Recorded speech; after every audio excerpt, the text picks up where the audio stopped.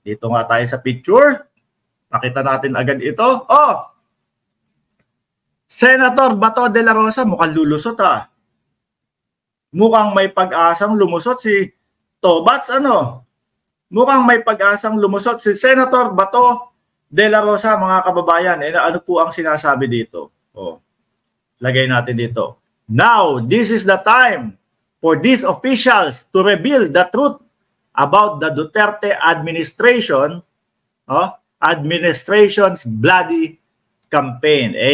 Mga bossing, kung natatandaan nyo po, isa si Tobats at si Albayalde sa 5 mga opisyal po, mga kababayan, ang napangalanan na suspect po, no? Doon sa madugong laban kontra droga ng dating Pangulong Duterte. So, kapag naki-cooperate daw po sila sa International Criminal Court, maaari, no, na medyo mabawasan ang hatol sa kanila, na medyo mabawasan ang sentensya sa kanila. Sabi dito, by cooperating with the ICC and providing crucial information, they not only have the opportunity to clear their conscience. O, tama, makakahinga.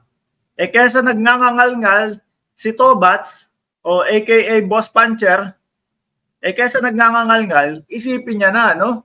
Naku, ito ay sa ikagagaan ng aking konsensya. Sabihin ko na kung ano yung talagang mga nalalaman ko. Ano sabi dito? But also to potentially reduce their culpability in the eyes of the court. Pero ako, mga bossing, ako po, mga kababayan, ako'y naniniwala pa din, no? Kumbaga, may long ko pa din ito. May pasok pa din sa oblo itong si Tobats, mga bossing. Kaya lang, kapag ka naging, siguro mga kababayan, kapag ka naging witness siya, imbis na sabihin mo ng 40 years, yung kanilang pagkakakulong, maging 20 na lang po, mga bossing. Ilang taon na ba si Bato de la Rosa? Ilang taon na ba si Bato de la Rosa, mga kababayan? Wala ho Gipit na ho sila, mga kababayan No? Gipit na po sila, ipit na po sila. Wala na silang maisasagot kung di umamin na lang po, mga bossing.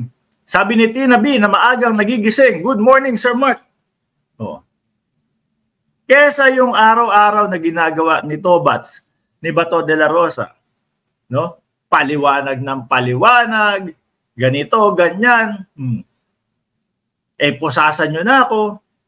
Isipin niya na din siguro, mga kababayan, yung pag-amin. Isipin niya na din siguro na ito na yung pagkakataon, no?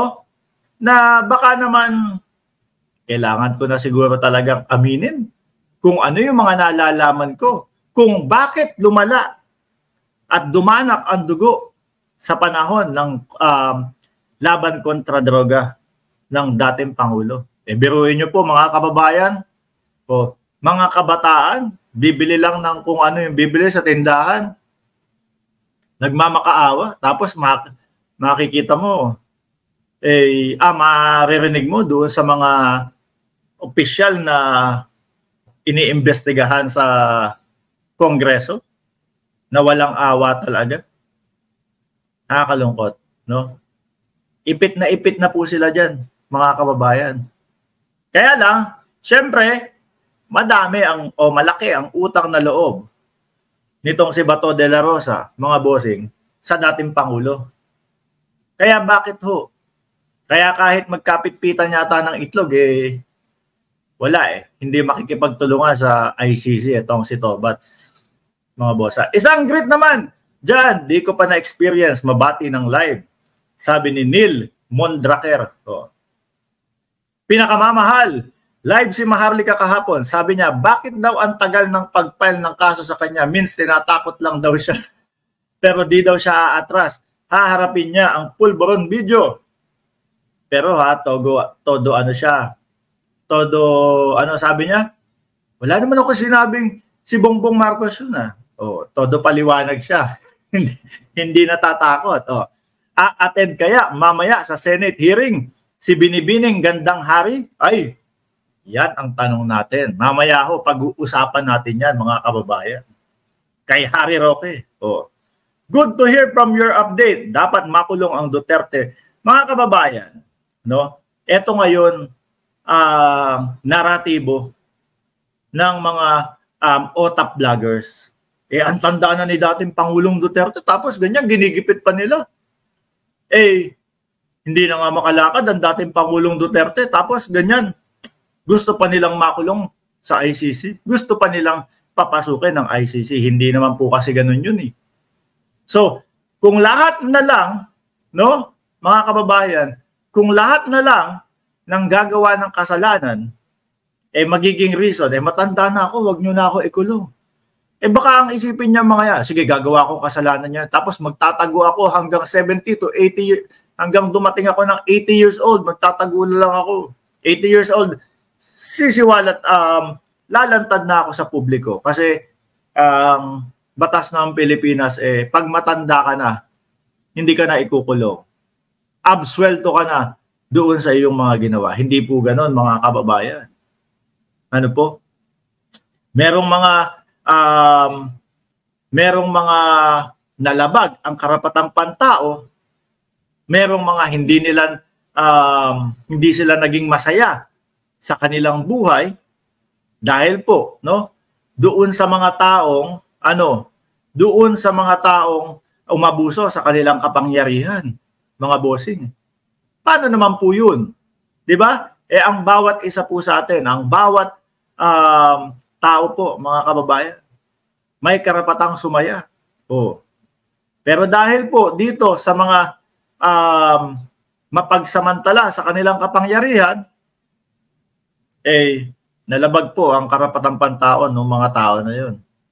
Kaya dapat, kung sakali na mapatunayan talaga 100% na itong mga to, mga bossing, gumawa ng mga kalokohan, nilabag ang karapatang pantao, no? Kumitil ng mga buhay nang wala namang ginagawang mali, dapat to pagbayaran nila yan. Kumitil ng buhay ng mga inosente, kailangan ho pagbayaran nila yan. Kaya to, Bats, kung gusto mo, no, na medyo bumaba ang sentensya sa iyo, mas maigi yata, no? Mas maigi yata ang kumanta ka na. Ikanta mo na kung ano nalalaman mo. Pwede kang gawing witness diyan.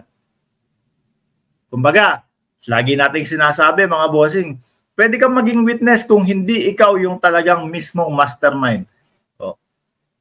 Kung ituturo mo o sasabihin mo kung ano yung mga nalalaman mo, no? Kung bakit ginawa ito ng mastermind, kung ano yung mga inutos ng mastermind, ganoon. Di ba? Kagaya na lang nung kasama ni Kibuloy, yung si Canada, pwedeng maging witness yan, mga kababayan. Pwedeng maging witness yan kasi siya yung isa sa list na may kasalanan po. Ituro nila si Kibuloy. Ganun lang naman po yun eh. Ang tanong, mga kababayan, ano kaya ang magiging susunod na hakbang ni Bato de la Rosa? No? Na pag-iisip-isip niya na kaya na pagaanin ko na lang yung kaso ko? Total naman talaga etong mga nasa kongreso nagsisikantahan na doon na din ang diretso ko Or iisipin niya malaki ang utang na loob ko kay dating Pangulong Duterte. Kaya hindi ko ilalaglag ang dating Pangulo. Yan ang pagpipilian po ni Bato de la Rosa, mga kababayan.